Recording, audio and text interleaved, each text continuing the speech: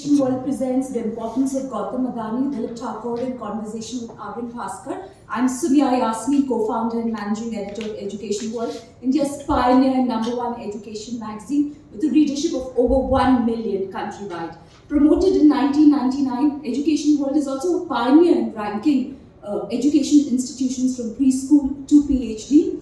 For instance, the EducationWorld India School Rankings is the world's largest field-based survey of schools. We rank over 4,000 of India's top schools in a mind-boggling 392 cities and towns countrywide.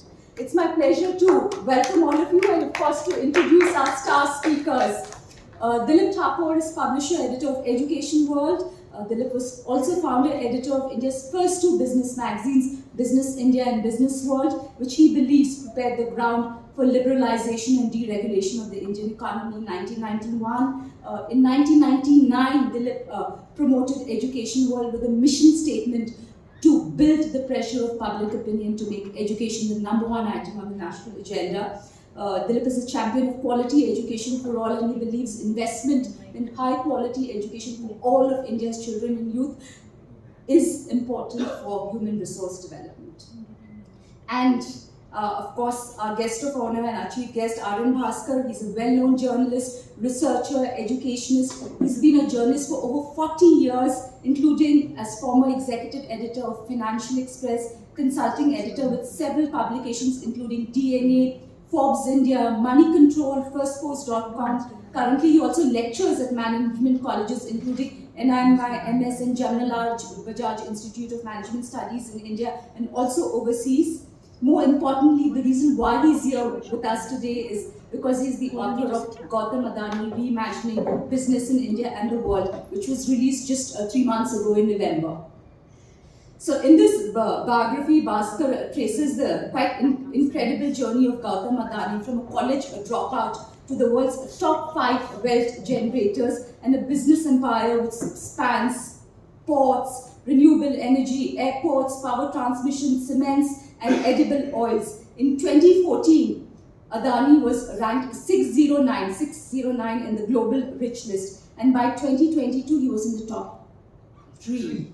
Yes. Adani Enterprises is the largest private sector power producer, ports and airports operator. But amid the recent controversy, I think you'll all have heard of it, of the Hindenburg report, the group's shares have plummeted, eroding as much as $120 billion of share value over 3 weeks. And he's also in the thick of the political controversy between the BJP and Congress, and now with the investigative committee being set up. But I won't speak much on this because we had two experts, of course, Bhaskar, who spent about 20 years following Gautam Adani, and the result of which is this book.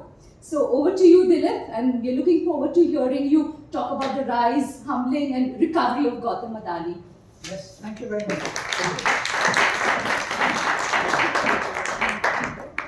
Yeah, thanks a lot, Sumya, for the generous introduction.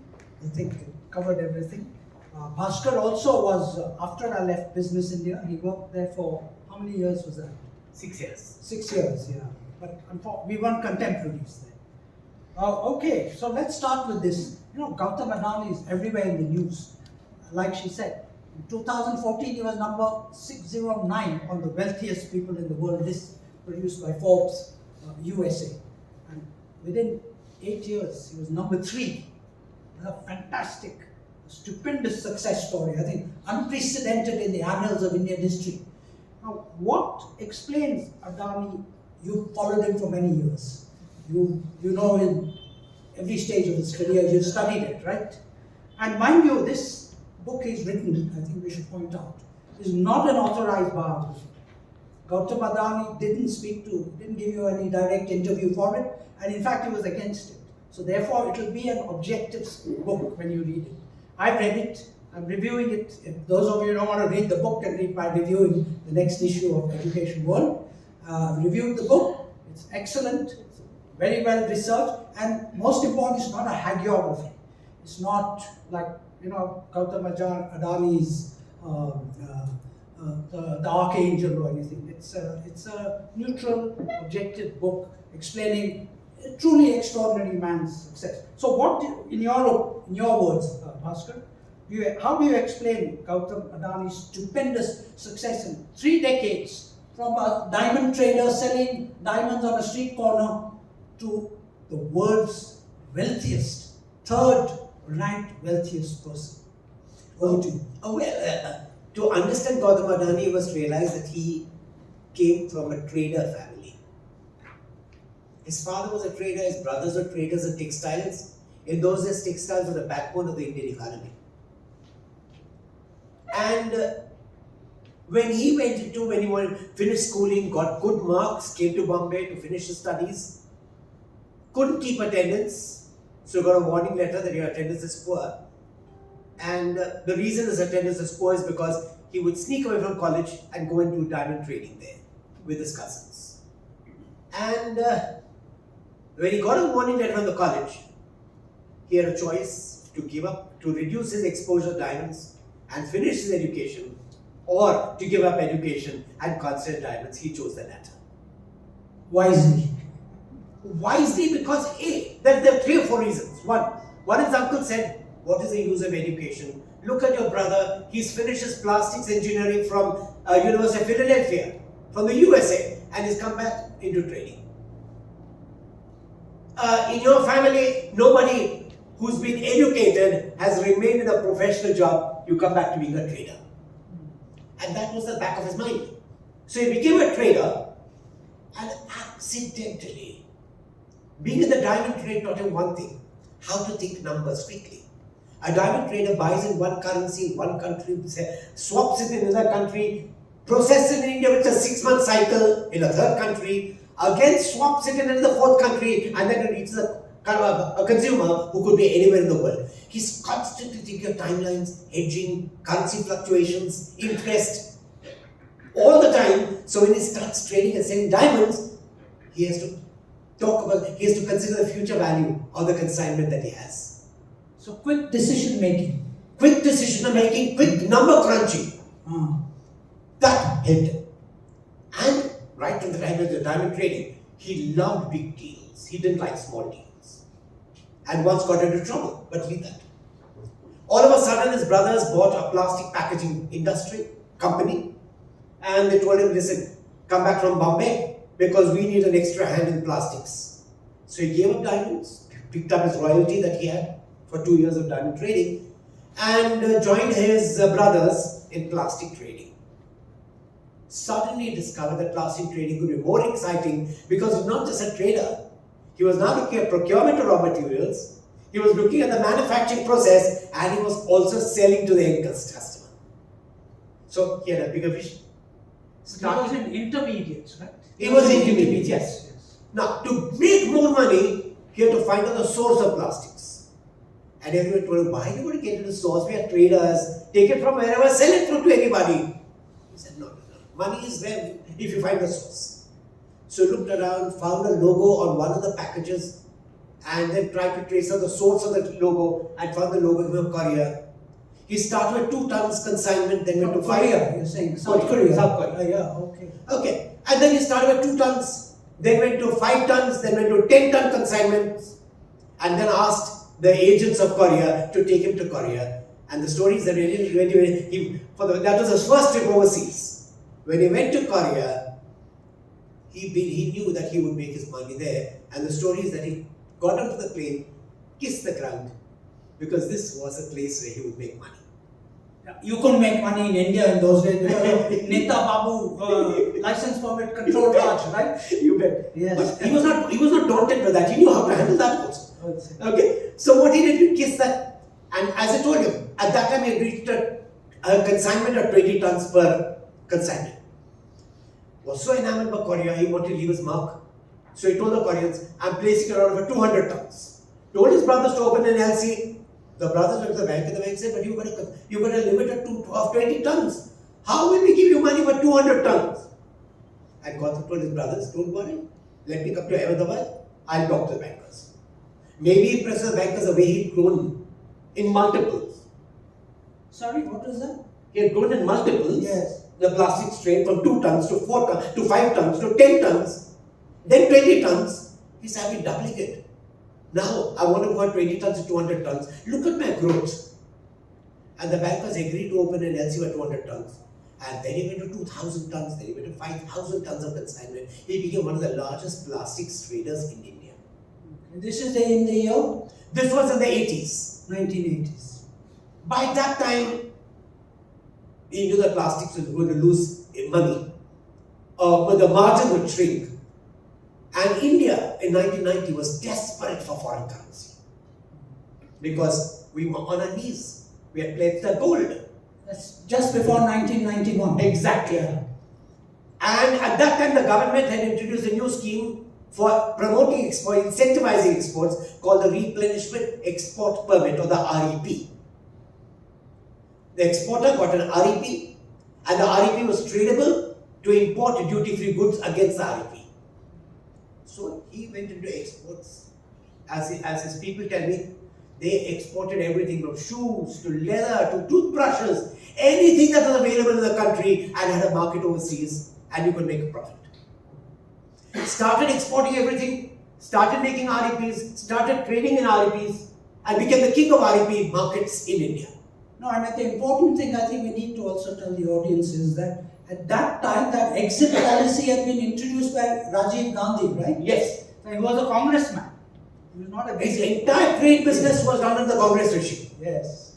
He got into REPs, he became and then he set up an export-import house, became the largest export-import house, a 5-star export-import house, Yes. called it Adani Exports.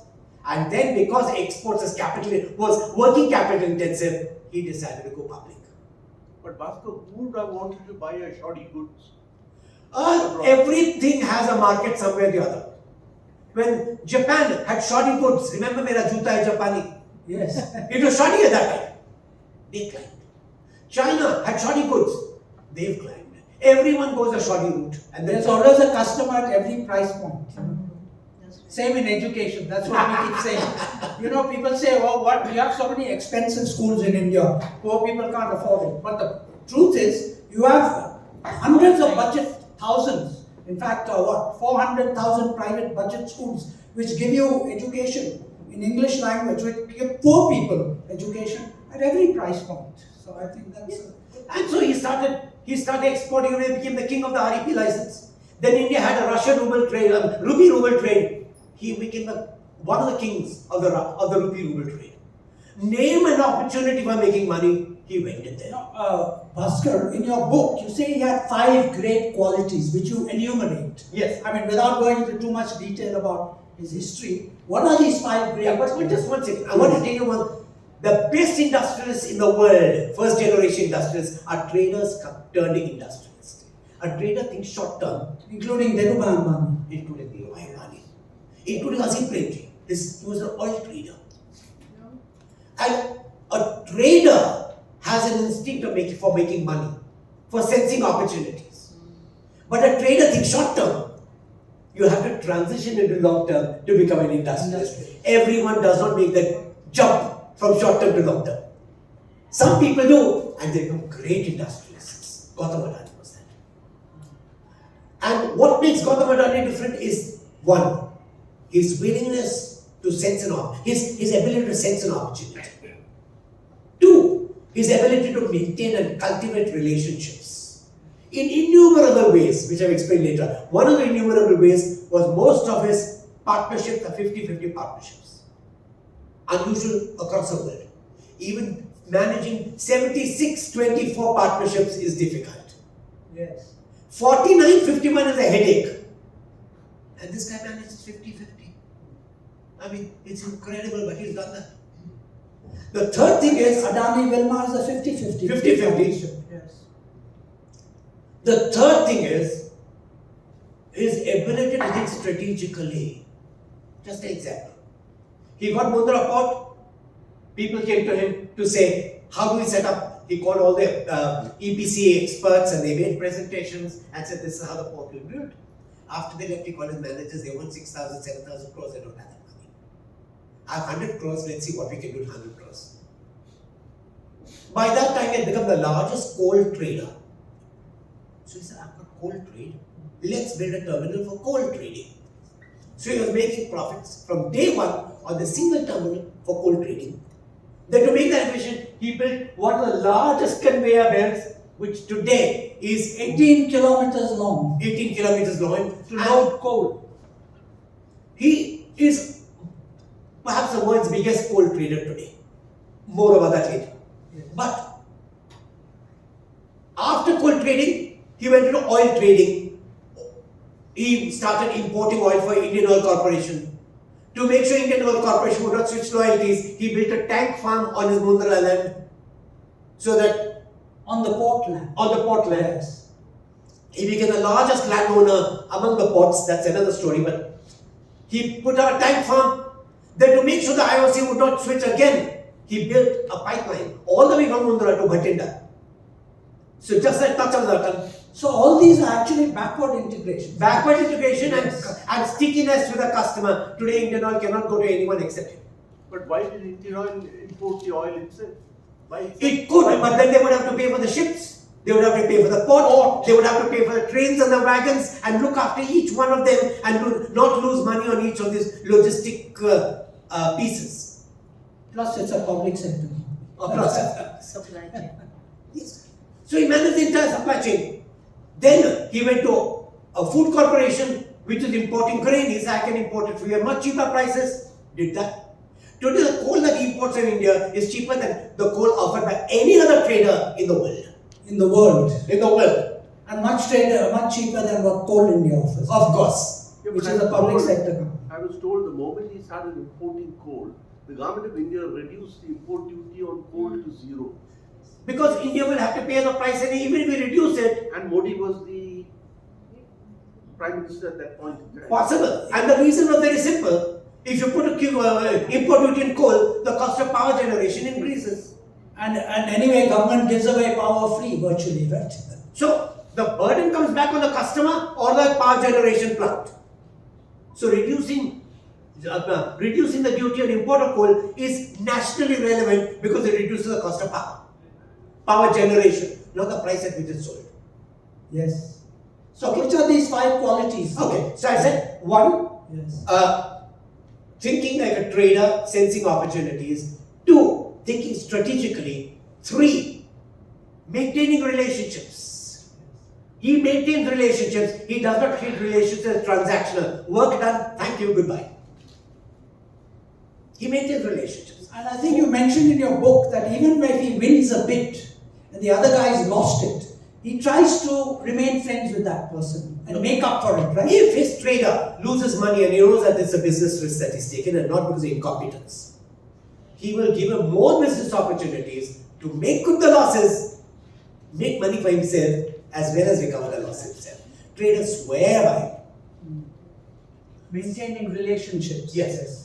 4, by the time he went into power generation, and even when he was export-import, he said, if you do what the nation wants badly, if your business interests are aligned with the nation's requirements, business grows faster. The country needed foreign exchange, he went into export-import because the country needed foreign exchange.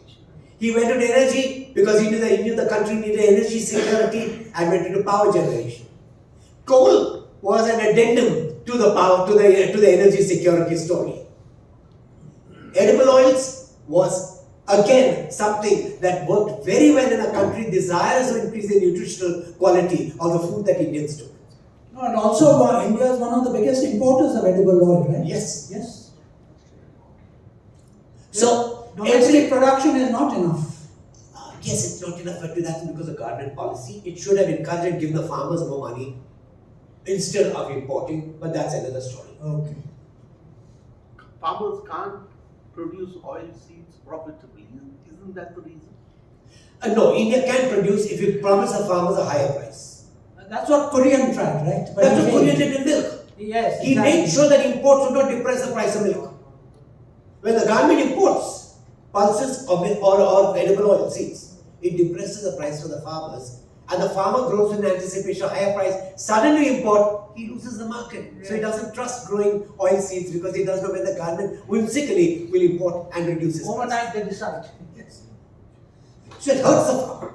But that's a different story. That's an agriculture story, not Adani's. Okay, the 5th quality. The 5th quality, he says, I will not touch a company unless I can be number 2, number 1 Or number 2. or number 2. Maybe at a pinch I'll go for number 3. If it's anything less than that, I jettison. That's Jack Welch's, isn't it? Jack Welch, the American. So Either you're number 1 or number 2, otherwise don't go into that. it's a waste of time. They had a ship scrap company in USA. Took too much of management time. Profitable, but too much management time. Sold it. He was into retail, gave it to the Adanis. He was into a call center, sold that also. Anything that would not become number 1 or number 2 In a reasonable time. within a reasonable time, 3 to 5 years. And he said, no, I'll sell it off. It's not worth my while. So you would say that his advice to people in the industry in India would be, there's no virtue in sticking on to a business forever, right? Absolutely. Unless you're going places. And one more point. He said, never look at the market. You can't control the market. Look at your costs. That is within your control. If your costs are right, the markets will come to you. Yes. A ruthless pursuer of costs. Cost cutting, pruning everything, ruthless efficiency. And wherever he can save a paisa, he will go in for that. So in the light of all these wonderful qualities that he had, how do you explain now this great drop in the valuation from 19,000 crores in his 9 companies to 10,000 crores? To what? I mean, how do you explain that? Okay, let me explain that in 2 ways. 1. Hindenburg is a self-confessed short seller. He first does a trade in short selling, then publishes a report with the sheer intent of creating the maximum damage to the target. At that time, and if you read the report, he's given family relationships, he's given photographs of marriages, etc., etc. The idea was to defame and to destroy, so that he could get a greater profit. When you begin with that intent, you are not going to be fair always. Okay, that's one part. The second part is a little more complicated. Valuations eventually lie in the eye of the beholder. You want to sell me a pen for 1,000 rupees, I said no, it's worth only 10 rupees. I don't buy it. While Dilip may say, no, it's a good pen, I'll pay 1,000. I'm ready, he's maybe ready to pay even 1,500 because he perceives a value there. Value. Forget about pen, I bought Adani shares. So, value, so that's one part. The second part is valuations also depends on market sentiment. Let me give you the example of Amazon. Amazon made losses for 6 years and had a price which is very, very high. What was its PE ratio? Infinity, because any price of a negative is infinity. Was it highly valued? In retrospect, no, but at that time, yes. So how true is it that actually when an investor really goes to invest in the stock market, he's investing in the future? Yes. He's not investing in the inherent value currently. And if Do you agree? Yes, absolutely, perception matters. Yes. And then let me give you a third example. Take every startup today. The guy is not going to make profits.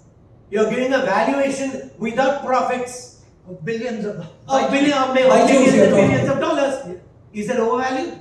Again, you perceive the future. Yes. So, valuations is a tricky area, which is why I've not touched valuations in the book, but I just want to tell you that this is what happens.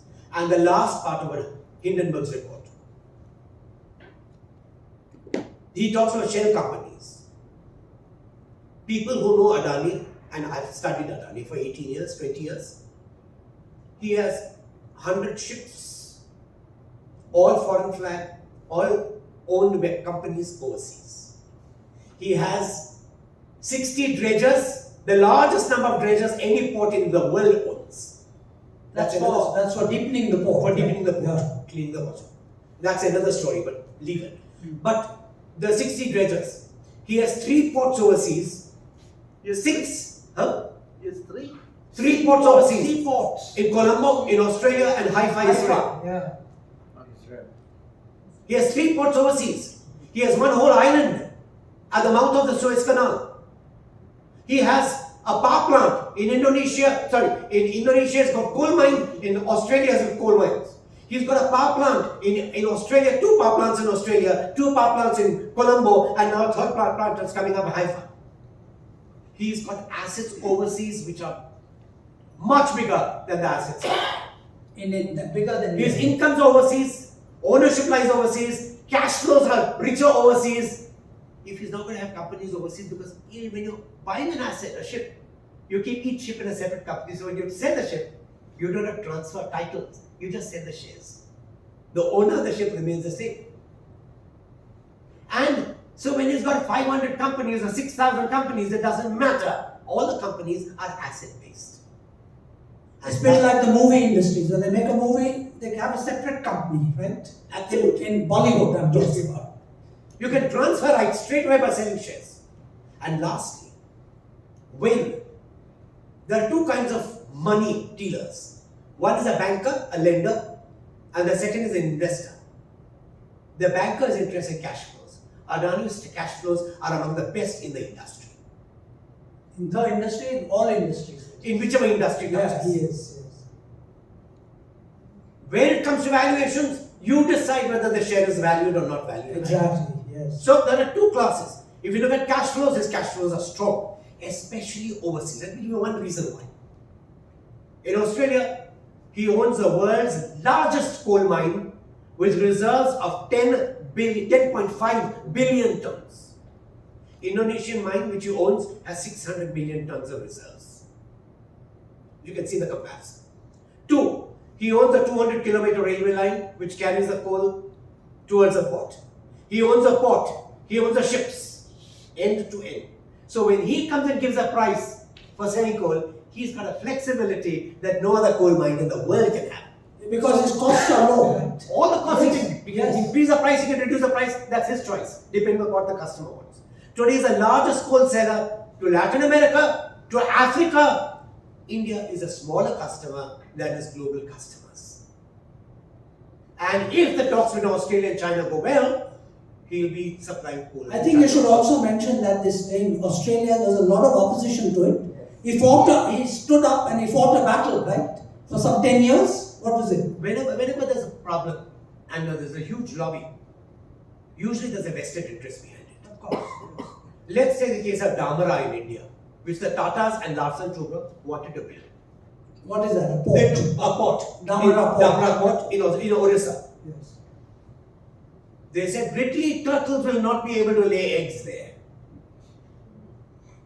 And there was a huge agitation. The Tatas lost 4 years. Port was finally built, the Ridley turtles are still there. Okay. In Australia, there was environment till the government conducted a survey and there were 25,000 responses. When they did an analysis, they found only 10 responses came from the area where the coal mine was out of 25,000. Only 10 came from the area where the coal mine was, the rest were city-based. Someone was orchestrating this. You mean trendy environmentalists who had no stake in the... Whether it's environmentalists, in India, whenever there's an agitation about coal mine, ousting tribals, the largest business in coal mines is illegal coal mines, and not a single environmentalist has complained or lobbied against private, individual, illegal coal mines. There's a huge vested interest in the name of environment. You mean these people are frontmen for Someone or the other. Yes. Someone or the other, Yes. which do not want a port, which do not want a road, which do not want a legal mine there, because it will erode their businesses. Exactly. But why do the Israelis want to sell Haifa port to him? Very good question. Why did How Israel? technologically advanced nation than us? Well, it surprised me initially. Israel has never given any of its assets to any foreigner. Ever. To understand that Israel is born out of a collection of Jews buying land in the Arab world, and one day saying, we are putting all this land together and calling it a country. So Israel is very suspicious of anyone buying anything in their country. Okay? But Israel has already signed collaborations with Adani for selling defense equipment, and is already exporting Israeli-made drones from India. Okay? Now, defense is one of Israel's largest export areas. And they and Adani have got closer and closer. Obviously, they saw an advantage in giving Haifa to Adani, who could bring more money. Jews love money, like most people do. Okay? And So do good Jews. so the good Jews, and he has a good Jew, and the good Jews believe that the Jews are just Like them. like us. So they say that they are good Jews of West Asia.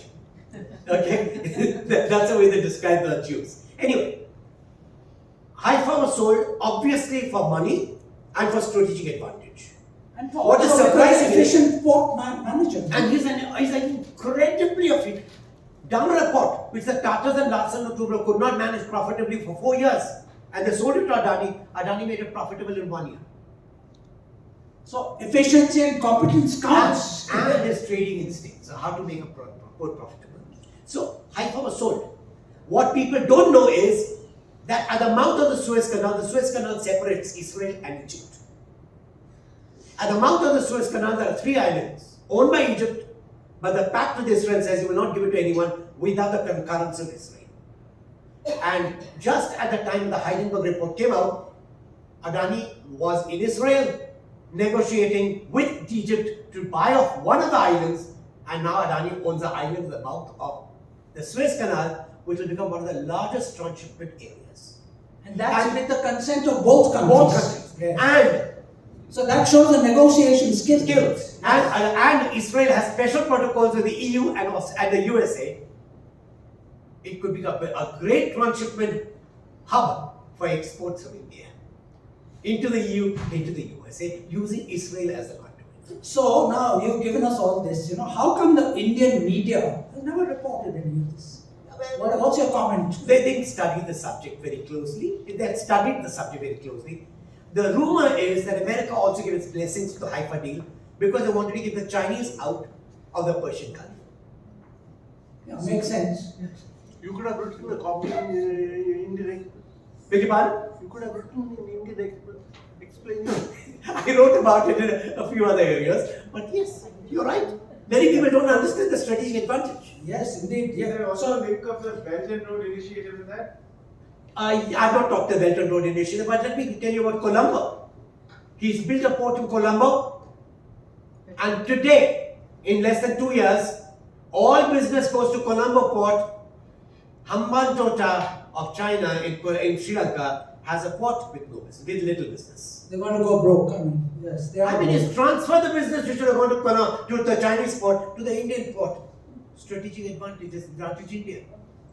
Yes, but why have they transferred? Because of efficient manager of ports, right? Ultimately, it's all about turning around the And ships. geopolitics. No, and also when a ship comes, you've got to turn it around fast, right? Yes. If you go to a public sector port in India, it takes 3 and 4 days, right? In Singapore, they turn a ship because when a ship is stuck in a port, you have to pay waiting charges, right? Demurrage.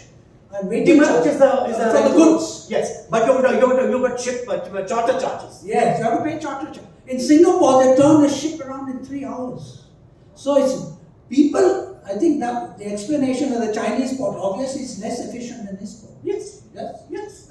That's all it. and geopolitics also. Yes. Okay, so let's go to the next question. In the great meltdown, Yes. Adani's wealth's gone down from 19,000 crores to 10,000 crores. Okay. And he owns about 60 to 70% of the equity. 70%. So he'll still have 7,000 crores. He's not going to be like waiting on the, asking for a ration card and lining up, and he's not badly off, right? He's still one of the richest, 20 richest people in the world. So who are the real losers in this great meltdown, which is engineered by this unknown company, a shady, confessed short-selling company? Who are the real losers? When a short seller starts the short selling, he is not a lone player. He works like a pack of wolves. He gets 5 or 6 people to join him. So Credit Suisse, Standard Chartered, Citibank are also short sellers in this business. They're all pushing down the price. They were pushing down the price. And Adani then rightly said, I'm buying back all the pledged shares. Where did that money come from? He's got overseas monies. As I said, his Story businesses of overseas are huge. And he can borrow money because the cash flows are huge. Because his assets overseas also are huge. And Adani, unlike, let's say, a company like Enron, Heidelberg says it's the biggest con in the world. It is wrong. Enron is a bigger con. Maddox is a bigger con. Yes. How do you see They forget about the American cons, right? How do you see him with so much of research and Dilip, I think positivity what we emerging should out do is of this take situation? I think let's save the questions for later. Is that what All you're right. saying? Yeah, I'm saying that, so you finish your conversation and we give, Alright. give. Sounds Yes, Take yes, minutes, okay. take Okay, questions now from let's the move floor. to the next question. So I think I asked you about to what extent was the stock value wipeout warranted? Have you answered that question already? No. Already, if you see, the stock prices started climbing.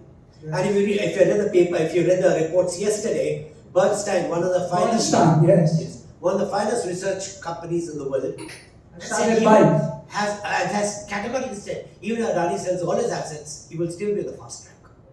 Not fast track, it's in the top 10 Yes. worldwide in wealth. So they're beginning to realize that this is a short-term phenomenon created more by illusions and perceptions and not because of fundamental Yes. changes in business. Second, remember, this is not the first time India has seen a crash. Remember Unit 64, how the markets crashed? India didn't die. But wasn't there a similar run against Dilip Ambani in 1983? Yes, Manu Manek. Yes. And Dilip Ambani, at every point, he bought back the share, right? Yes. But he bought. That was an Indian affair. This is an overseas one. The conditions are different. But yes, he plays his own game. And Adani doesn't like talking about what he's going to do. He doesn't. We are going to come to that a bit later. Okay. Okay. So now these 9 Adani companies, the way I see it, they are not like consultancy or software companies, right? They have fixed assets, tangible assets, Hardcore which you can assets. touch you can touch with your hand. You tell us a bit description on Mundra Port. I believe it's like I've never been there, so I've been there. I've been It's more like than an once. engineering marvel, right? You It's see- a complete city. It's a technology like 21st century. I got into the Adani story almost 18 years ago. 2006, I was working as a consulting editor with a German publishing group called DVV Media, which specialized in logistics. They had an Indian chapter called Log.in, short form for Logistics India. And I was a consulting editor for this Indian chapter. All of a sudden, I get a message from Germany. Bhaskar, I think you should go to Mundra, there's something happening there. I didn't know Mundra. Yeah, nobody knew. I could pick up an atlas to find out where Mundra was. When I found that, I had to find a connection who could take me to Mundra. And then I found a friend of a friend and got a connection. I went to Mundra uninvited and the friend showed me around and I was dumbstruck. In the afternoon, the CEO of Mundra Port, Umesh Abhyankar, met me and he explained to me why this port would change India. This was the first all-weather deep water port ever.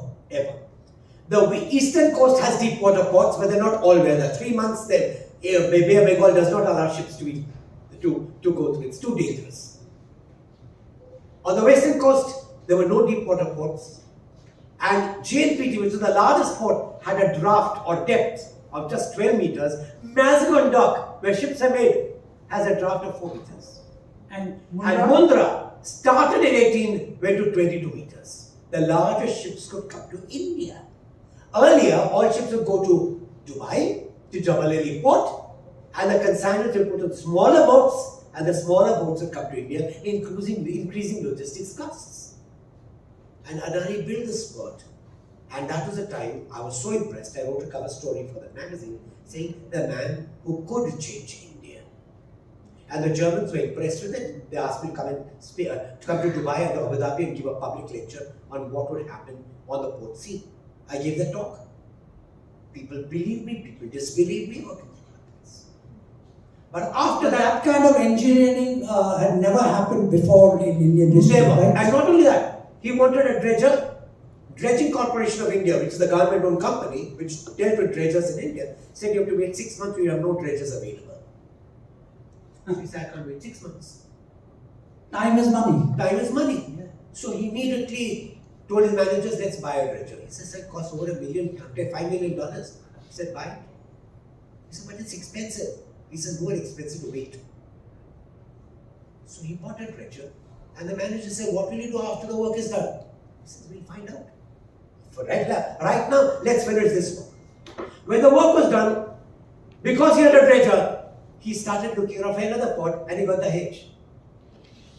So the dredger made him look for another port, and he made Dahej also in record time with Mundra. So that was like another backward integration. And then he built a third port, then a fourth port. Today he has 60 dredgers, unheard of in the World history. in the ports business. And when he was an exporter-importer, I was about to say. he discovered that the most profitable ports were those which had land, because then you could store goods before they went on ships, or you could store goods after they were unloaded from ships, and you got rental income, which is called demurrage. Demurrage, yeah, correct. That the biggest money ports make is through demurrage. So, and then you also built the railway line so that stuff doesn't lie in the port, Yes, right? but first thing, as soon as Mundra, the concept came up, he got government permission to buy land, which is brackish water, underwater, at Unusable land. practically in zero value. 1 rupee, 2 rupees, 5 rupees at different times. Bought that land in the prospectus that came out in 2007 for Mundra. He had 35,000 acres of land around Mundra. Unheard of in India. Oh, no, that will make him a bad guy for the socialists. Of course, they now say he bought the land cheap. He's a landowner. No, he bought the land cheap. And Yes. the argument was, yes, nobody wanted that land. People willingly sold it, right? And after buying the land, he got a railway line put up, he got a road put up, the second the railway line comes, the prices multiply. So it had a port, it had an airport, it had a railway line, it had a roadways. Naturally the price of land would go up. But for our bolshies and lefties and so champagne socialists and media people, that's bad, right? Yes. And today is relocating industries near Mundra, because worldwide the most successful exporting countries have industries where there are ports. He's reshaping India. Because a lot of industries are sprung up nearby. So, next we come to the, let's go move on now. So, now let's move a bit into the realm of politics. I know you don't want to, you prefer not to talk about it. So, what's your reading of this anti-Adani tirade by the Congress party, and particularly Rahul Gandhi, who, who every day is vilifying Adani and talking about Suit Put Sarkar, like as though Shirt Pant Babu Sarkar, which was there before, which ruined the Indian economy. We had, for 35 years, we had a growth rate of only 3.5% GDP growth rate, which made an entire generation of Indians poor. I think many of us are senior citizens. We remember those times when you couldn't buy the simplest things in India. There was no credit. You couldn't buy a house on mortgage. You couldn't buy a car on your credit, EMI, etc. Anyway, so what's your comment on this anti-business and anti-Adani tirade, which is being continued by the Congress party? I separate hype and facts. The fact is that most of the early clearances which allowed Adani to grow came from the Congress. His railway line, the port rail connectivity policy, was created by Nitish Kumar. And he built the first 60-kilometer railway line connecting Mundra to Adipur Junction. And then that became a national policy. Every port was allowed to have a port railway line linkage policy. And also the port was sanctioned or encouraged by two state Congress governments. Through successive Congress governments. Which is what Rahul Gandhi is. More important, when Mamata Banerjee wants to create jobs, Adani promises to invest 10,000 crores and create 25,000 jobs, and she's giving 2 ports. Mamata Banerjee is not a friend of the BJP. The left government gives a port to Adani, and the left is not a BJP government. Which left government? Kerala. Oh, okay. Very important. Very important. Again, you have, when Gehlot wants the investment in the state, he calls Adani. When Chhattisgarh wants investment, they call Adani. Adani, whether Modi were there or not there, Adani would have made friends with whoever the Prime Minister is.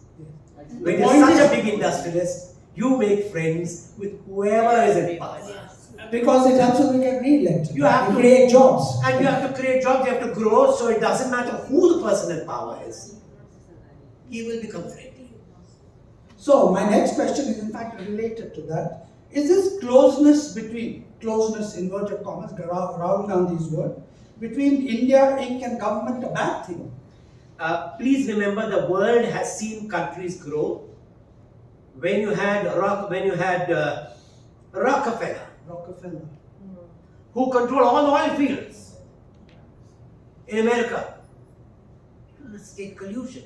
The government was his best friend, right? Of course. Yes.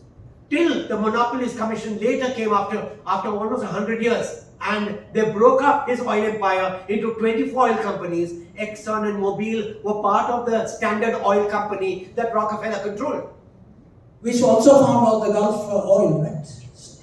When the Rothschilds were there, they were supported by almost every European government, Yes. and they rigged currency exchange rates, gold exchange rates on the London exchange. They had excellent government connections. No, When the also, robber barons or the railway barons in America, they are there. When a country is developing, you have industry, government connections. cooperation. This happened to the Chaebols. This happened to the Zaibatsus. Chaebols in South Korea, Zaibatsu in Japan. It happens worldwide. Yes. And India is no And exception. also India is China, after liberalization, Deng Xiaoping came. He said to be rich is glorious. I don't hear any Indian saying that. Anybody who's like, that's a communist speaking. To be rich is glorious. So I think these are political statements. The reality is, if the Congress comes back to power, Adani will make friends with the Congress also. Yes, because if you want to build a strong country, government and industry has to cooperate. They can't be at odds with each other. Am I right? You bet. Yes. Now I'm going to ask you to the reaction to this great meltdown again. How do you explain the stock market reaction, this panic selling, etc., to the Hindenburg report? Whenever there's any crisis, the markets react and then think. So they reacted and are now thinking, and there's stability and there's a climb in the markets once again. I see that. But you'd expect the market, it's full of experts. They won't panic like that suddenly, would they? What happened in Harshad Mehta's crash? 30% down. And then did it climb as the markets climb? And back. What happened to the dot-com bust? Sentiment is a great thing. In sentiments, you suddenly realize one day everything is dirt, and you say, and then the savvy person picks it up and climbs. And then what do you think of the media reaction? All these big headlines, unmindful that you may be destroying investor wealth, you may be hurting the national interest. Sensational media headlines, television anchors going ballistic. No comment. I belong to that industry. So you'd expect at least the experts in the media to To look at the basic facts. yes. And the facts speak otherwise. Okay, now again we come back to the Rahul Gandhi thing. How do you explain that? I don't mind saying it. You don't want to explain it, but he's like a playboy prince, actually. No comment. He's a whimsical person. He disappears for months. The important debates. Suddenly he starts his yatra. Rahul Gandhi has never found a job in his life. He's never put any money at risk. But he has self-declared assets of 15 crores of rupees. He can afford any holidays, etc. And don't you think, I'm sure you're not, I'll give you my opinion. Don't you think he should step aside now? He's lost 2 general elections. Everyone knows the best man to lead the Congress party is Shashi Tharoor. The entire middle class knows it. He's written some 20 books. He understands things. He's against Neta Babu, license permit controlled Raj, which Rahul Gandhi still thinks is a completely dead horse. You can't flog it. It's not going to run. It's completely ruined the entire generation's hopes post-independence. So how do you want to comment on that? No, I'll comment in an economic way without talking about Rahul Gandhi. Okay. Remember that most of the distressed assets with Lanco, with GVK or what have you, Yes. were due to the previous regime. That's the UPA government, Congress UPA. Today, Adani is buying those distressed assets through the NCLT at ridiculous prices. For him, it's good. He's getting an asset at half the price which means his ROI will be higher than anyone in the industry. He's talking about a company called Lanco and GVK, right? Yes. From whom Adani bought the Mumbai airport. And let me clarify one more thing. There was a politician who came on television saying that GVK was hounded by raids Yeah. till he's transferred Bombay airport to Adani. Let me clarify. I've spoken to the bankers, I'm not going to mention names here. The fact is that the banker told me Adani came to his office and said, you've got a distressed asset on your table. I will pay the interest, I'll pay the principal, transfer the shares to me. And his banker asked him which asset. He said the Bombay airport. No, and in fact, he's also given an interview, the GVK guy, saying that, because of the pandemic, Bombay airport lost a lot of money. And he had to pay back certain amount of money. And Adani stepped forward and said, I'll buy No, it. the Adani didn't talk to GVK. Okay. He talked to the banker. Okay. And the banker rang up GVK, told him, look, if you pay the principal, at least you'll not pay for 4 years. Pay the principal, at least I will not transfer the assets to someone else. I've got an offer. GVK did not pay even the interest. He couldn't pay. And 15 days later, whether he couldn't pay or didn't want to pay, whatever. Okay. And then 15 days later, this banker sold all the shares to Adani, and Adani became the owner. So it's a perfectly legitimate business And this is the transaction. truth. And this politician made a public statement without even knowing the facts. This is not in the book because this happened, this I came to know after the book was published. Yes. So now we also, Rahul Gandhi is trashing these people, but I think, why isn't the Prime Minister speaking up for Adani? What is wrong in saying that I think he's a very efficient ports manager? I think his power plants run well. So I support what he does. Well, he should, but in India, when there is a public tirade against something, the politician shuts up, he shrivels. You are damned if you say yes, you are damned if you say no. The best thing is. So, but the most ridiculous thing was some politician or some media guy commented that he went to Sri Lanka and he recommended Adani to the government. So what should the Prime Minister do? He should recommend Bill Gates or Microsoft or some other company. Isn't that part of his job description to push Indian industry? So that Indian industry gets contracts abroad and earns money and brings it back to India? You see, ultimately, a sensible government will give a big project to a person who can execute the project in time and within the cost parameters. And efficiently. Efficiently. Yes. There are only not even 5 people in India who can do large projects efficiently with no time or cost overruns. And if a government gives it to an industry that's shown capability of shown capability Track record. Yes. with a track record, where's the crime? No, actually, according to our leftist friends, you must give it to a public sector company which will totally ruin that project and then disgrace India. And most of the projects that Adani's got are through open tender. Yes, important point. When the coal scams took place, Adani did not figure any of the coal scams. He bought the coal mines through open tender domestically, and he bought the coal mines overseas where there was no tendering. The only places he did not tender was ports. Mundra was not a tendered area. It was a negotiated deal, which nobody wanted to build. And the second part is defense. Defense is never given a tendering worldwide. Because it's a secretive business. And the government is the only customer and export markets. So ultimately you have to prove that you can export, and Adani has already started exporting defense. So the next thing I want to ask you is about the Prime Minister's timid response when silence asked you about. What about now? Let's come to Adani himself. Why is he, so quiet, so silent, so low profile? If you are the world's richest man, if I was in his place, I would have taken a full-page ad in every single newspaper, trashing Hindenburg, putting a detective agencies against those guys. He doesn't want to take them on because it would open up too many things. Is that a possibility? We'll come to that. But let's get his answer. No. So I'm saying, what's the point of being the richest person in the world if you can't afford a detective agency to go and track Hindenburg? Who are these people? We don't know. Why? And plus, why can't you have a strong response defending your position? Dilip, I can only say that there are 2 ways of looking at such crises. One is the Narasimha Rao way, keep quiet, the clouds will pass by. And the second is provoke a situation by shouting more. I think the first one works beautifully. Well, I disagree. Okay, so, and then of course we come to our mute citizenry. No comment. Whenever politicians are trashing wealth generators, wealth creators, our great middle class is totally silent.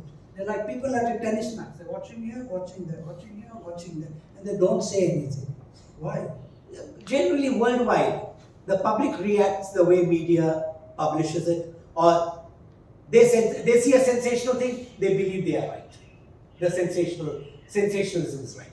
The public doesn't. A crowd doesn't. I'm talking about the educated middle class. I'm not talking about the The educated middle class prefers to keep quiet. Yes. Yes. It's also because of mistrust in the media. Also because of mistrust in the media. Yes. you don't trust the media. That's what you say. Absolutely. We don't know what's right. Ah, okay. So you should write to the paper, right? Pull them up. Okay, but anyway, now I want to make a comment on myself. See, by myself. According to me, Adani and Ambani, the two A's, are like Gavaskar and Tendulkar. They're champions of cricket. This is a champion. These are champions of India Inc. Our job as an educated middle class is to support the wealth generators, job creators, and we should speak up for them. I, as first editor of Business India, that was my job. I never ever failed to pull up Neta Babu Brotherhood and their license permit control drive, which has made India the most corrupt country in the world. The Transparency International Index, we come right near the bottom of corruption.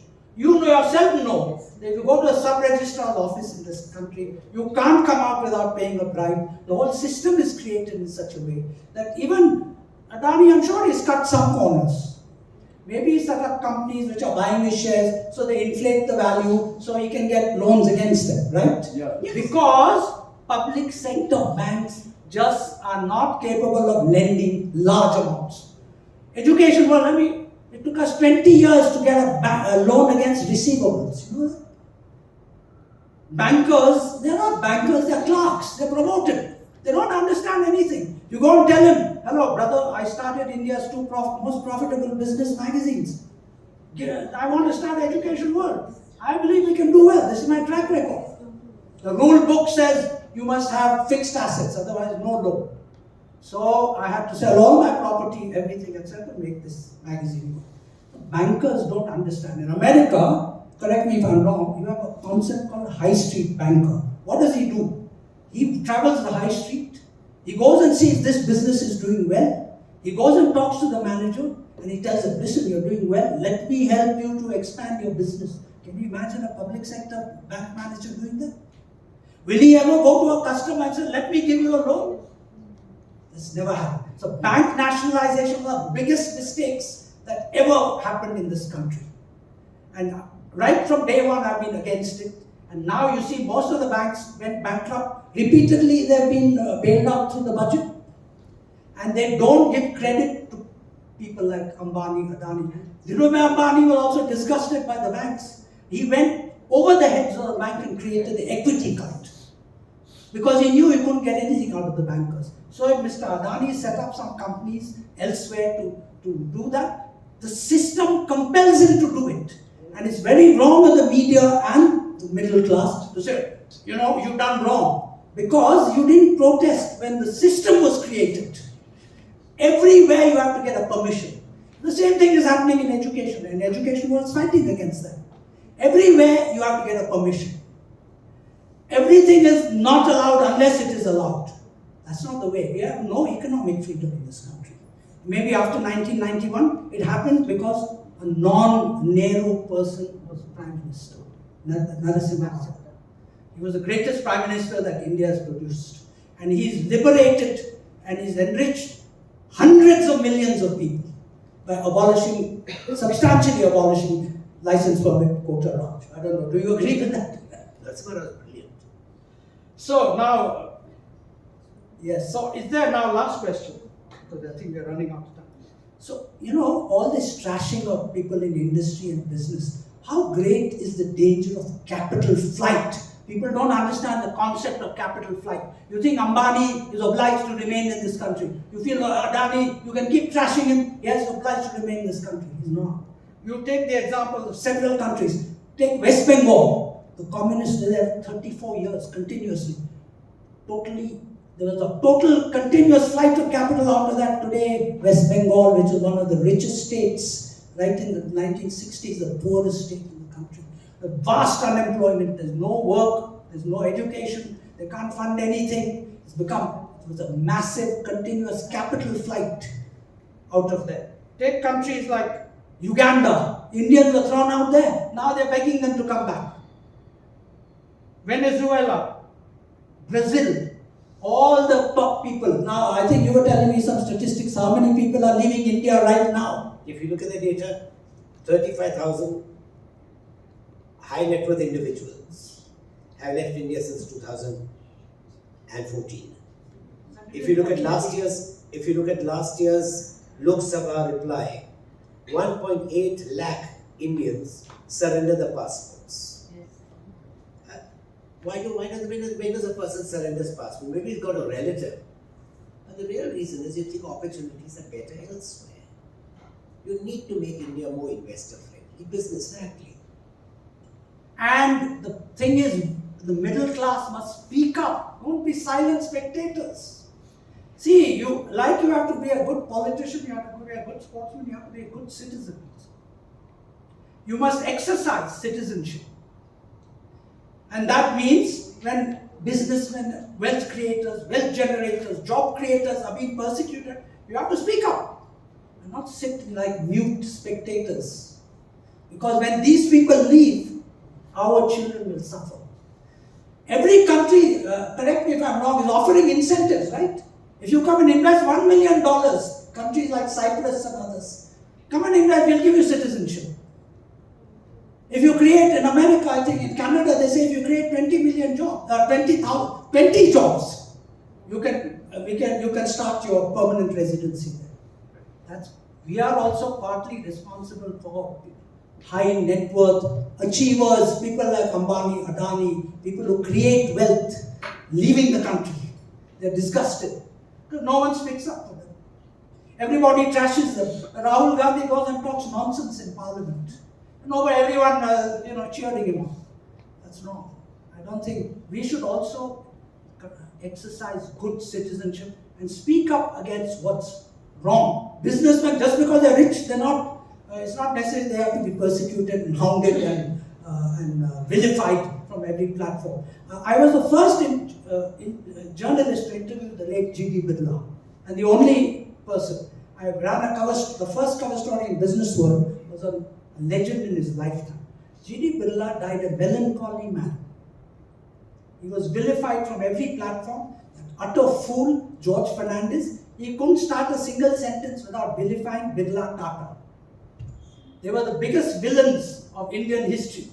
Yet when it was never reported in the media till Business India. When G.D. Birla used to go to Gwalior airport, 10,000 people used to turn up to meet him, to garland him. He was a hero. These are the real heroes. Walsh and Neeraj set up the first plane manufacturing company in India, right? It was nationalized. Where is it today? Hindustan. It's taken them 30 years to manufacture a light combat plane. They haven't even manufactured a proper gun, reloading rifle, right? A plane or whatever. Our defense.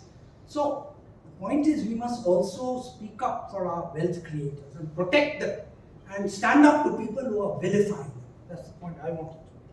But just Thank one you. second. But we take now, I think we take. Yes, now let's take questions. Yes. All of it. I just Yes. want to make one statement. See, we spent a lot of time defending Adani and defending this and the middle class and all that. But let me tell you my view.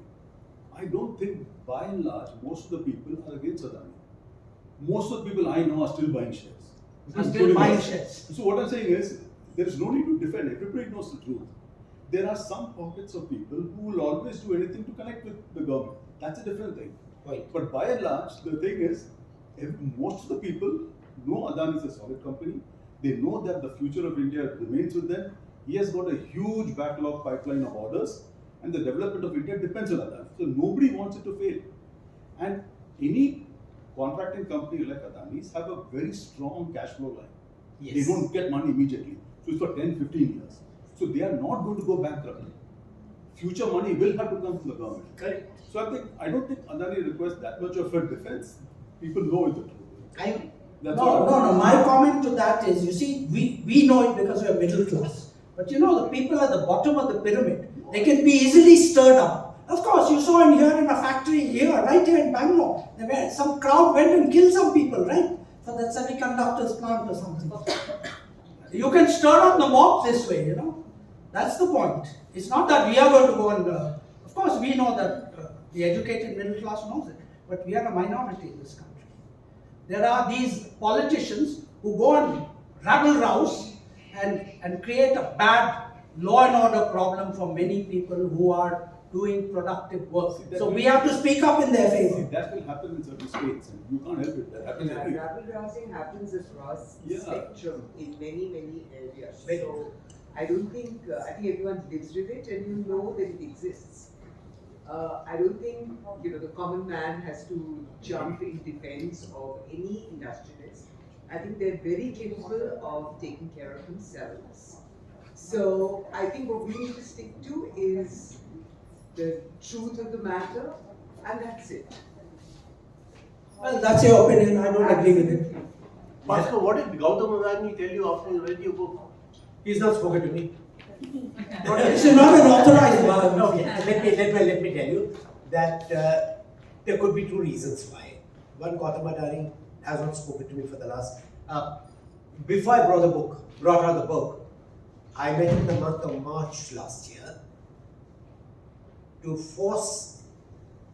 actually persuade him very strongly to let me publish this book without getting it approved by his managers.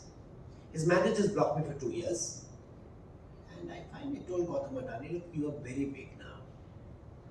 And someone is going to write on you. It's better you allow me to write it rather than having someone more irresponsible than me writing it. And that worked. That didn't persuade him. That worked. That worked. No, but he's not giving you any interview, right, for this book? No, but he knew that he had met me several times before. And so it didn't matter. And he had become too big a man to give interviews at that time.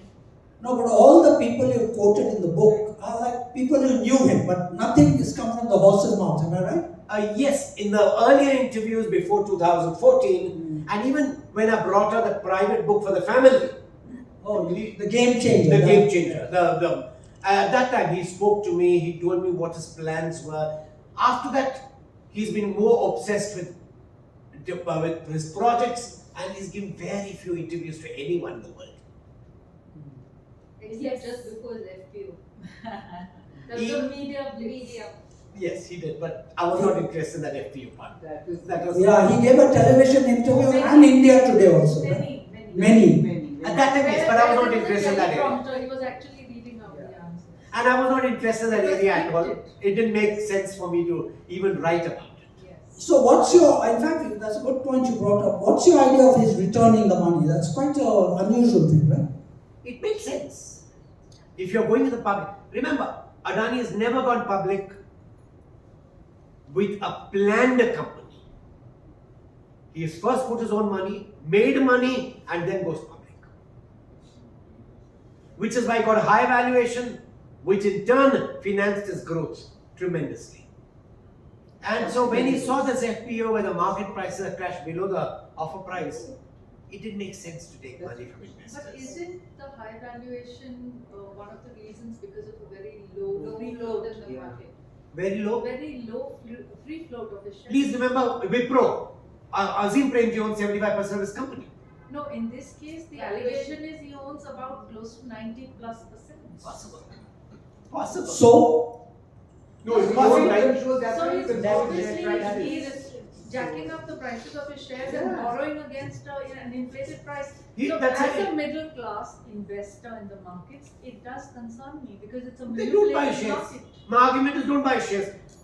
Okay, let me put it differently. No, but that's the fiddle that Hindenburg was talking about. My argument is something else. No. And it's an artificial inflation I don't of think pricing. you're right there. If you're a listed company, the management cannot own more than 75% of the shares. Yes. 25% has to be given to the We public. understand So that. 90%. No, we know that. But the allegation here is that there are only 4 or 5 FPIs who invest in his companies, who own about 15 to 16% of the shares, which is indirectly controlled by the family. So effectively, the control of over 93 or 95% of the shares is with the Adani family. That is the whole allegation. But has it I been read proved? the whole report. So they're in breach of the law, you are saying. They're in breach of the rules. Actually, And that has to be and Hindenburg has come up now. Yeah, this There is is an already online under magazine called The investigation. Morning Context. They have been writing about the Adani Group for the last 9 months consistently. All this has been in the public domain. Hindenburg has hit us like a hammer because it has all been consolidated into one report. So I have been following the Morning Context, I have been following the Ken, and I have read the entire Hindenburg report.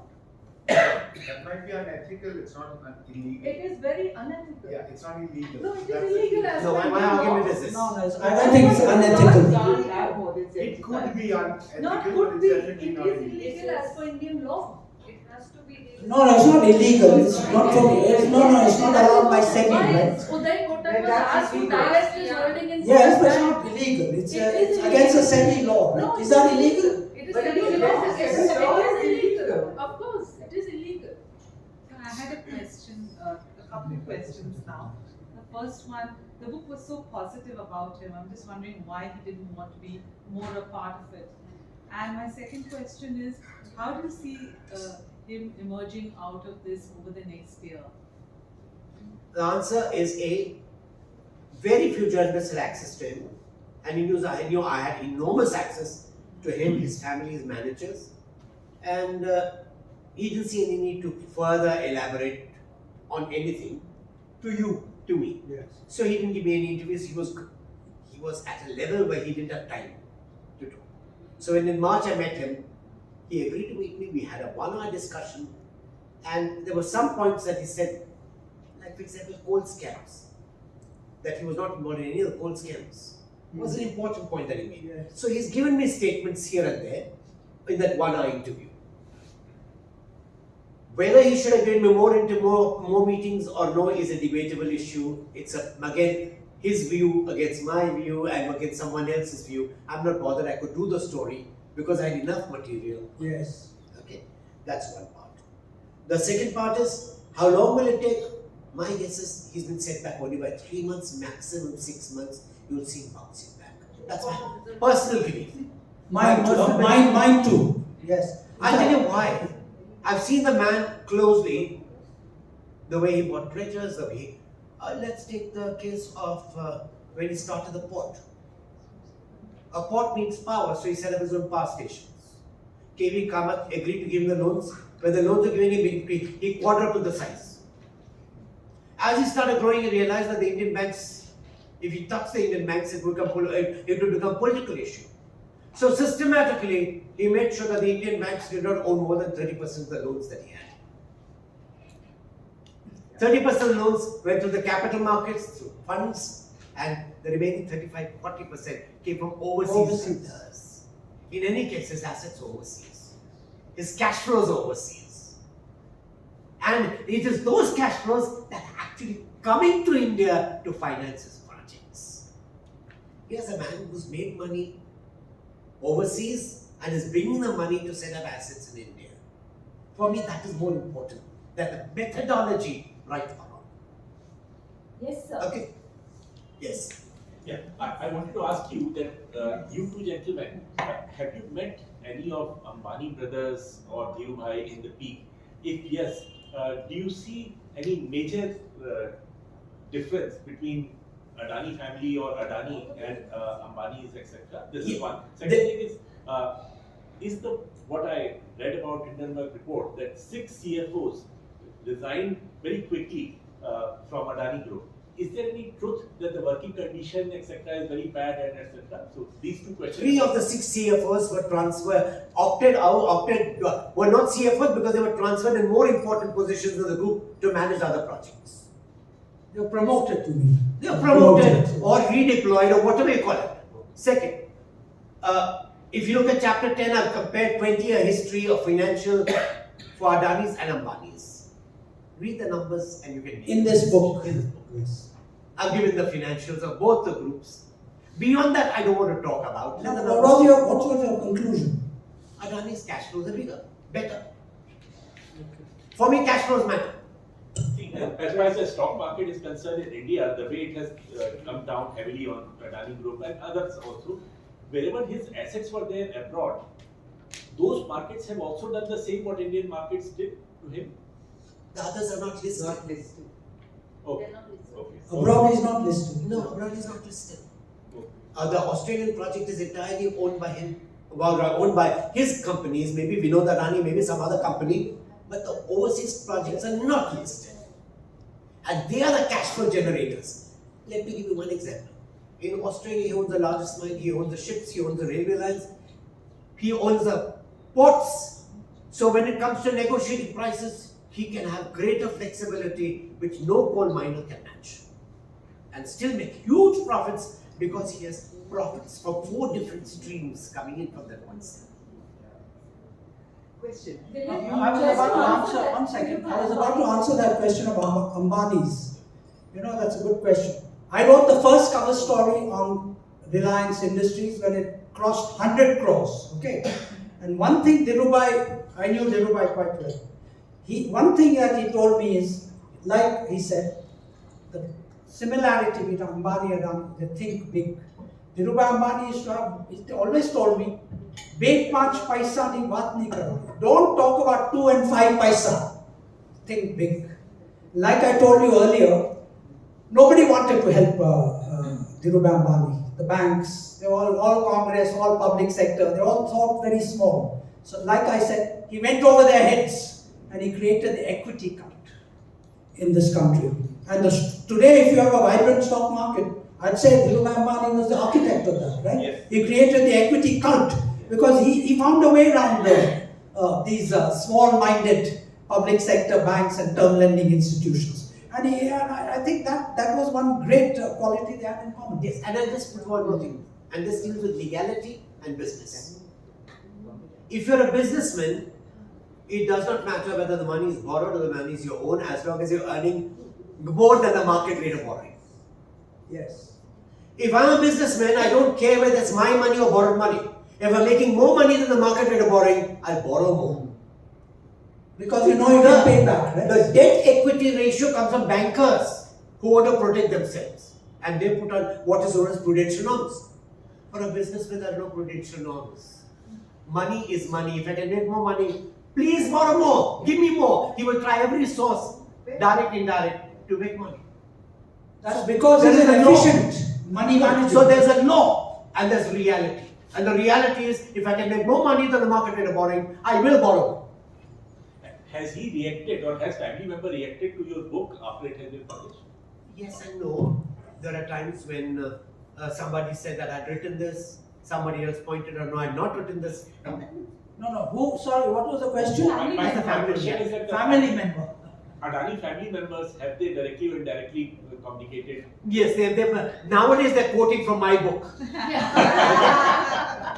That's all I can say. Yes. Please go ahead.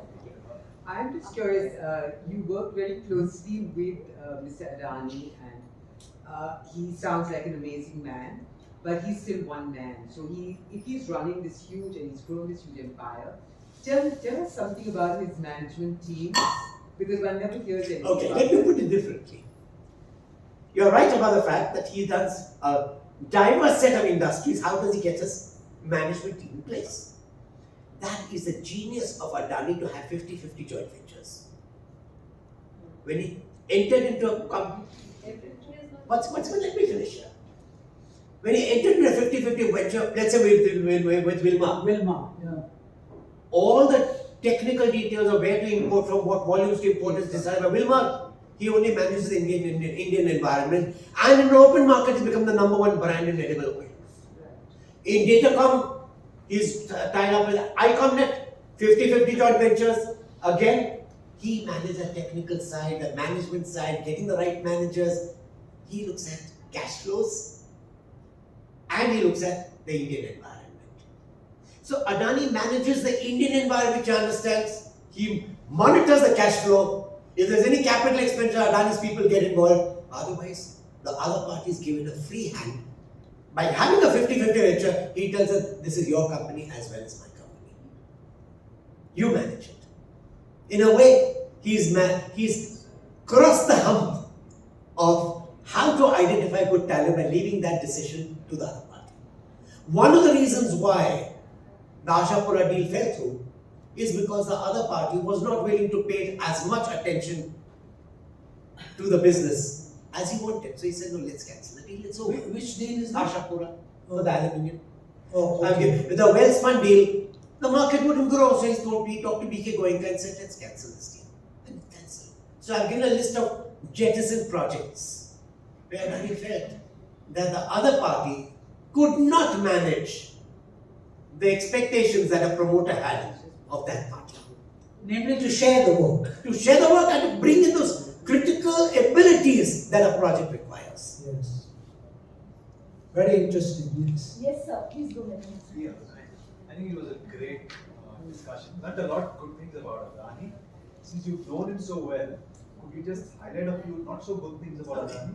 Good question. I can point out many areas which are not good, but for Adani they were not Important. negative. Wherever he found that things were wrong, he just excised them, removed them. His method is, he works on benchmarks. If the benchmarks are not met, rather than waste management time, he says, let's close this venture, finish it. Let's shut down. Let's shut down. There's no sense. So, what you call a mistake, he calls it market management, business management. So, it's very difficult to say what is wrong with him. The ultimate test is success. Has he succeeded? Yes. Has he made money? Yes. Has he grown? Yes. Well, I think I mentioned what I think is the negative side of it. He's too timid. He's not fought back. He's not according to me, in this whole thing, he should have taken off the gloves, come out swinging and expose Hindenburg. But he has hired the top-notch No, that's much after the event. See, his public relations is, I think, very bad. His defense was that, first defense is, oh, you're attacking India. That's ridiculous. You know, he doesn't know, according to my reading of the man, he doesn't know much about advertising, marketing and public relations. That's also a very important part of running a business, you see, because then you hold yourself out vulnerable to people. You will have enemies. Nobody likes success. You know? I agree with Dilip in one respect. Okay, I'll give you one example. Ravi Puthalingam was then the managing director of Wazir Sultan, the tobacco company, which was acquired by ITC. Then he became director of ITC. He's a Chinese scholar. And National Geographic appointed Wazir Sultan, Puthalingam to go to Mongolia and to find out where Genghis Khan was buried. Where Genghis Khan was buried. Okay. And I met, as soon as he came back to China, I met Ravi. I told Ravi, tell me something. Every history book calls Genghis Khan a brutal man, bloodthirsty, this, that. How much of it is true? And Bhuthalingam just had a twinkle in his eye and merrily said, I can give that answer in just one sentence. Genghis Khan was the only world conqueror whose history was written by the people whom he defeated. Whom he conquered. In a way, Dilip was right. You need to advertise yourself a little more forcefully. But Adani had a Hobson's choice. If he focuses on advertising himself, he loses growth. He chose No. Why did you say that? That is where Ambani succeeded. Yes, absolutely. Exactly. In market Correct. share, in market perception manner, Ambani was much better than Adani is. Yes. Correct. I agree with you there. But Adani's answer is, it'll settle down. He used to call us to his office. I was in Yes, I know. I've been there too. Call everybody. I know. I met Dhirubhai, I met Anil, I agree with you. But Adani's approach would be different. He said, why waste time? I'll focus No, on no, but Vimal, for example, was built into the biggest brand, right? If you remember in our day. And after that, Reliance also built into a solid brand. Adani, according to me, one of his strengths is penny wise, pound foolish. You've got to invest in building your personal brand and your corporate brand. It's no use saying, oh, I don't like to spend that money, or I don't have the time. You have to make the time. See, ultimately running a business, the most famous example of building a brand is the Coca-Cola story told to me by Dr. Lalit Kanoria, who was the founder of TCS. He told me that Coca-Cola, there was a big division once inside the company, where they said, we are the world's #1 brand. Let's stop. Why do we need to advertise? Let's stop. So they conducted an experiment in Atlanta, in that state, Georgia, and said, we won't advertise. We are headquarters here. Everybody knows us. And they stopped advertising. Their sales fell by 25% in 1 year. So they came back to advertising. So the purpose of advertising is not merely to build your brand, but to sustain it. You see, again, what Luke says is right. Please remember, the biggest brand that Ambani created was only Vimal. Yes. Vimal is not the top 3 brands in textiles. And people have forgotten the figure Totally forgotten. and looked at something else. Yes. Management of perceptions. Ambani was a brilliant man. You know, when Ambani was a nobody, one day he called up Frank Simons and said, come to my office, I want to talk to you. So Frank went to his office and he told Frank, I want you to take over the Reliance advertising. Take over? The Reliance advertising. Yes. And it was Frank Simons who created that Vimal ad. A woman expresses herself in many ways. Correct? Reliance, Vimal is one of them. Yes. It was his byline. He You're right. created the advertising for... So you agree with me, you have to do it. You have to build your brand and reputation. I'm actually seeing some confidence in his own operations and everything by him staying silent. Yes. I'm actually seeing confidence. Yes. As I said, there are two ways of looking at it. The Narasimha Rao way or the fighting in cluster. Yes. I like. The law firm which in USA he has hired, if both of you know a little bit about that, are you comfortable and confident that that will see? I don't think it matters. Personally, he'll win without the law. Yeah. Because he's got a solid business. He's got assets. Assets. Why did Mukesh Ambani invest in the FPO? Why did he invest in the FPO? That's the question. I believe. We don't know. There are lots of theories. No, that's a theory I've heard. And the story is that Adani personally rang up. He said, salvage this FPO. And many business houses agreed, including Jindal. Yeah, including Jinda's and Militals also. Yes. Because- And then finally he said, no, I don't want the FPO money. And that was over. Yeah. So it may have been, it may not have been. The fact is, the FPO was cancelled. No, ultimately, it's like a club. Today it's you, tomorrow it's your neighbor. So you should, industry should stand together, So apparently he pulled out of the FPO also because LIC backed out. They were 4% backers in the FPO. Because by then this whole thing had really blown up. He had got the money. He was not obliged to return it. But Right? 3,000 odd rupees was the share in the FPO, and in the market it's That is why I said, he 1,800 saw the rupees. price low. He said, I don't want That's this. why. And he said, No, But the money LIC is coming. LIC will be questioned. So they back LIC will not be questioned. In the past, LIC has not been questioned. The only question, as he said, it's only 1% It has of. become too big Yeah, in but the just public 1%. perception. It's That's 1% of LIC's fund. Yeah. LIC would not have bothered. No, 1 second. You're saying 1% of the current investors. I'm saying in the FPO, 4% of the FPO was backed by LIC. 4% of the FPO is backed by LIC, but still it will be less than 1% of LIC. Of LIC's investment. I'm Yeah, not saying no to 1%. that. Look at the size of LIC. When it buys huge. No, I'm not denying You are that. denying What that. I'm saying that is if it is at the FPO's price over 3,000 and it's still a public limited company, it's a public limited company and you're buying it, you're getting it in the open market at 1,800. Why would you buy it at 3,000? That is why Adani cancelled the FPO, not because of LIC, but because of his own belief that he didn't want it that way. He'll go back to the investors tomorrow with a different price. And what do you think is going to be the impact of this money being returned? Where will that money go? The money that's gone back, it will go back into banks, right? It'll go back to banks and go to investors. No, it will go back to not suboptimal investors. Yeah. And the losers will be the people who return the money. But that's their own choice.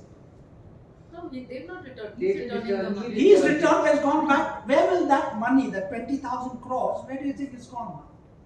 They Too will probably bad. buy it in the open People. market, no? They'll buy it at $1,800 in the open market. They'll buy it in the 18 market, but that's why cancel the FPL, right? It makes sense for it. Yes. Yes. What I'm trying to say, it's not because out of his own morality. It's because that there were circumstances that changed. He had to pull back. That's what your perception is. I know that Adani would have That's your believed in it interpretation. as a market strategy, constantly.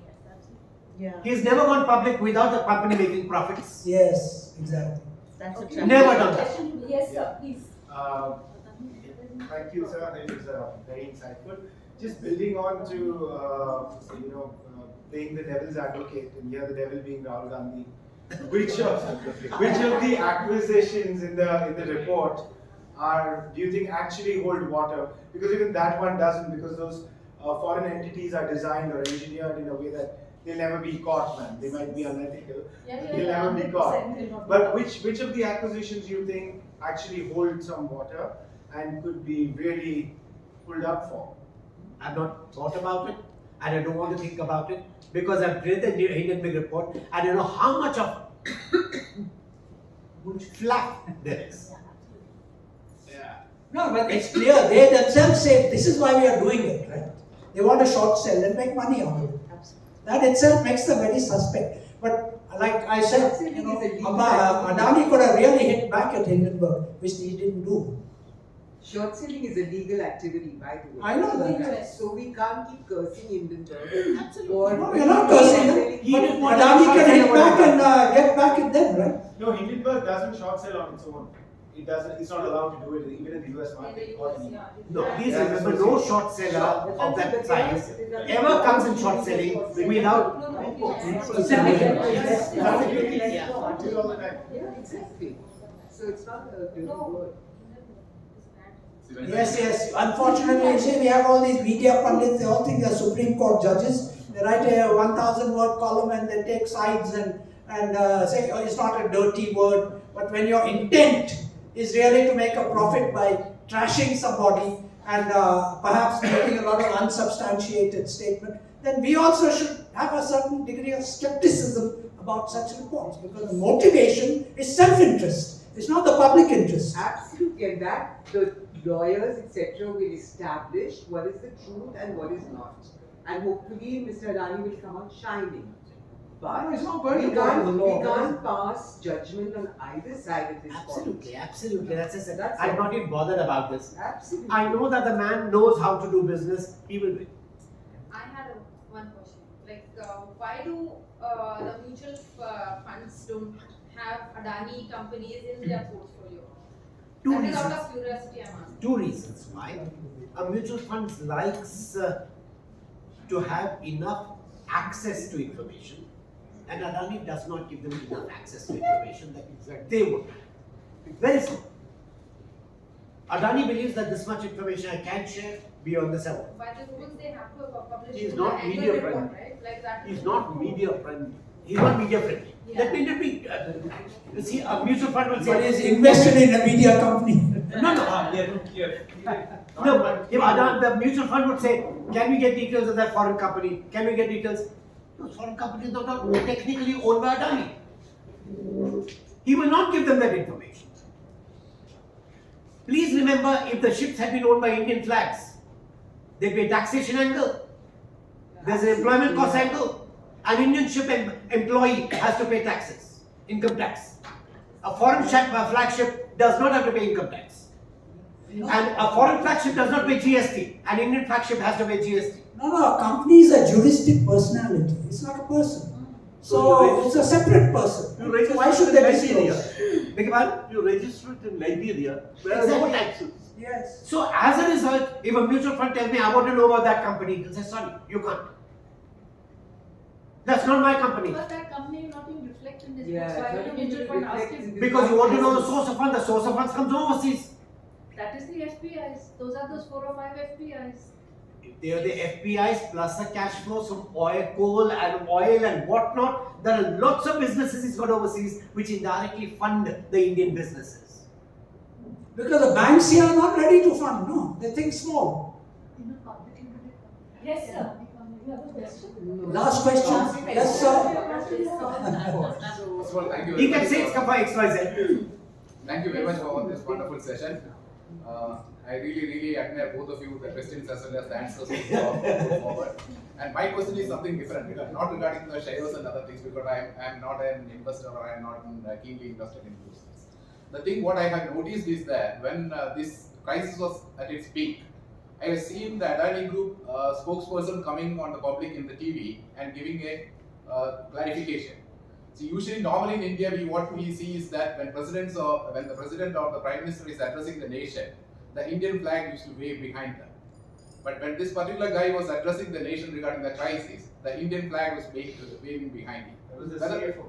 Sorry, yes, Yeah, yes. Yes. So is there any symbolic meaning to be conveyed to the Indian community that this particular Adani Group is supported from the Indian government and Indian government stands behind that? No, there could be two reasons why, which Adani has made a public statement on.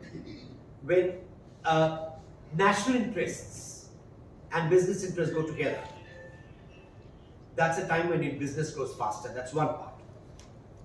The second part is the question of indispensability.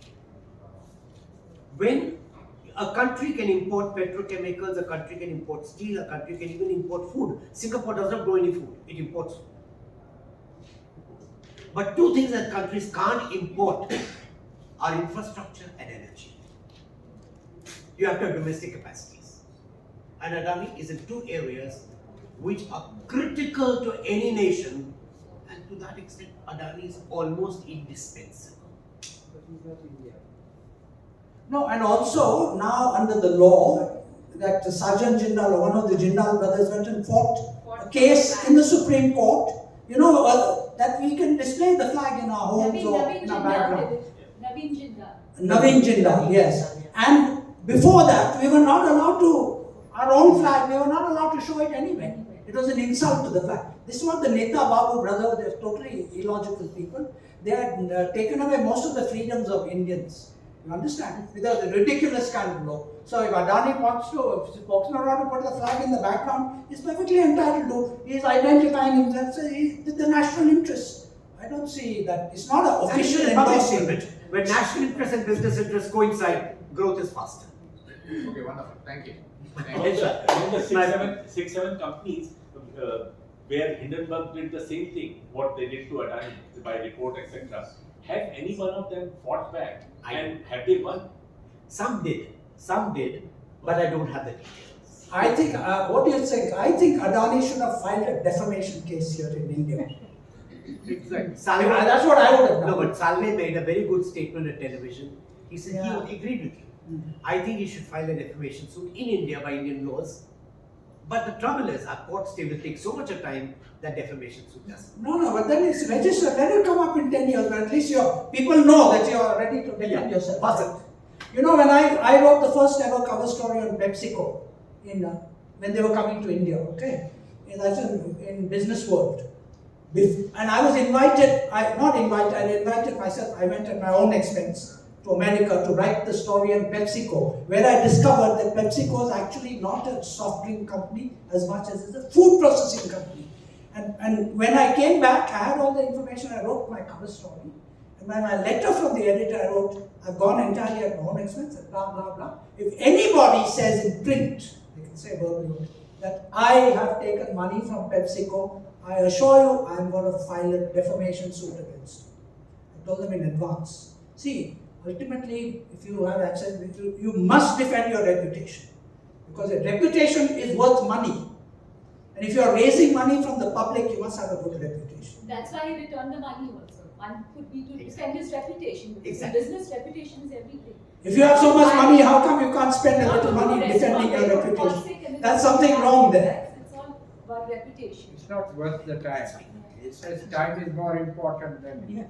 But you have the money, right? If he has to defend himself, he has to employ people to do these kinds of things and he Waste pays time. money. But he has enough money to last him. It's better that money is invested in business. Anyway, I think let's wind up with that. Yes. Thank you for a very Yep. interesting. Do you want to you can say a word of say- thanks? Well, thank you very much, ladies and gentlemen, for a very spirited. Thank you. And special thanks to Bhaskar. Yes, good Bhaskar. Special thanks to Bhaskar coming all the way from Bombay to our invitation and spending an evening with us. Very enlightening. Thank you. You've done a great public service by talking about Adani, speaking up for industry, explaining things to people. Even as a business journalist, you explained a lot of things to me which I didn't know. So I'm thankful for that, and I'm sure all of us who are here today are richer for the experience, richer in knowledge. And thank you very much for taking the trouble coming all the way here. Thank you. Thank you. Thank you to our wonderful audience. I think we Yes. are the most engaging and participative audience, in many of the discussions which I hosted. So thank you very much. It's not very often that audiences stays till 8:20 and Yes, thank you very much for coming also, Yes. spending the time. And I think all of you